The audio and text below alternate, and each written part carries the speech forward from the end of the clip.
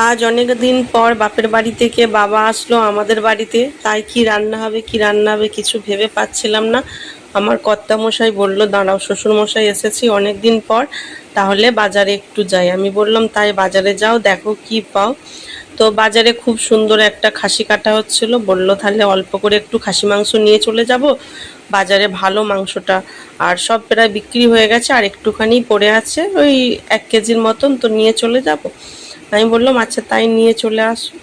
বললে 1 কেজির মতন খাসি নিয়ে আসছিল। তো বাবার জন্য রান্না করছিলাম বেগুন ভাজা, বড়ি ভাজা, পটল ভাজা, আর মাংসর ঝোল, একটু ডাল, শাকের চচ্চড়ি, এসব রান্না করছিলাম। তো বাবা খাওয়া দাওয়ার পর বলল বাড়ি চলে যাব। আমি বললাম না বাবা, আজকে যেতে হবে না, অনেক দিন পর এসেছো আমাদের বাড়িতে। তো মা বলল যে তোর বাবা যদি থাকতে চায় তাহলে থাকুক ওখানে। তো আমি বাবাকে অনেক করে বলতে বাবা রয়ে গিয়েছিল। তো রাত্রে কি রান্না হবে জানি না, অনেকটা মাংস আবার পড়ে আছে, তরকারি টরকারিও পড়ে আছে। বাবা রাত্রে রুটি খায়। তো বাবাকে বললাম বাবা তাহলে অল্প করে কি রুটি বানিয়ে দেবো। বাবা বললো তোর মায়ের কাছে তো রোজকেরই আমি রুটি খাই, আজকে রুটি নয়, রাত্রে ভাত দে দেখি। প্রায় আমি 1.5-2 বছর রাত্রে ভাত খাইনি, ভাত খেতে খুব ইচ্ছে করছে। আর তোর মাকে বলবি না আমি যে রাত্রে ভাত খাবো। আমি বললাম আচ্ছা ঠিক আছে তাই বলে বাবার জন্য ভাত বানালাম, সবার জন্যই ভাত করেছি। বাবা আজকে তৃপ্তি করে মন ভরে অনেক ভাত খেলো। ভাত টাত খেয়ে দিয়ে বললো আমার নি গ্যাস হয়ে গেছে, একটু গরম জল করে দে দেখি। তো বাবাকে আমি একটা গ্যাসের ট্যাবলেট আর 1 গ্লাস গরম জল করে দিলাম। বাবা খেয়ে দিয়ে বললো জানিস তো অনেক দিন পর রাত্রে ভাত খেলাম।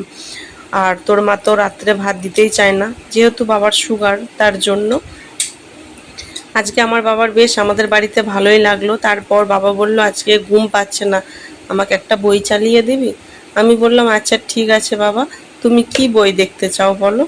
বাবা বলল বেদের মেয়ে জ্যোৎস্না চালিয়ে দে দেখি, অনেক দিন দেখিনি বেদের মেয়ে জ্যোৎস্না। বাবা যখন অল্প বয়স ছিল তখন বেদের মেয়ে জ্যোৎস্নাটা নাকি খুব সুপার ডুপার হিট ছিল। বাবা সিনেমা হলে নাকি 2-3 বার ধরে দেখে এসেছে। বাবা সেই গল্প করতে লাগলো আর আমি বেদের মেয়ে জ্যোৎস্না ফোনের মধ্যে চালিয়ে দিলাম। বাবা বলল এখন কত কি দিন বেরিয়েছে, ফোনে যেই বইটাই মনে করব সেই বইটাই দেখতে পাবো। আর তখনের দিনে আমাদের বয়সে সিডি ক্যাসেট কিনে নিয়েছে তবে বই দেখতে পাবো, কত উন্নত হয়ে গেছে।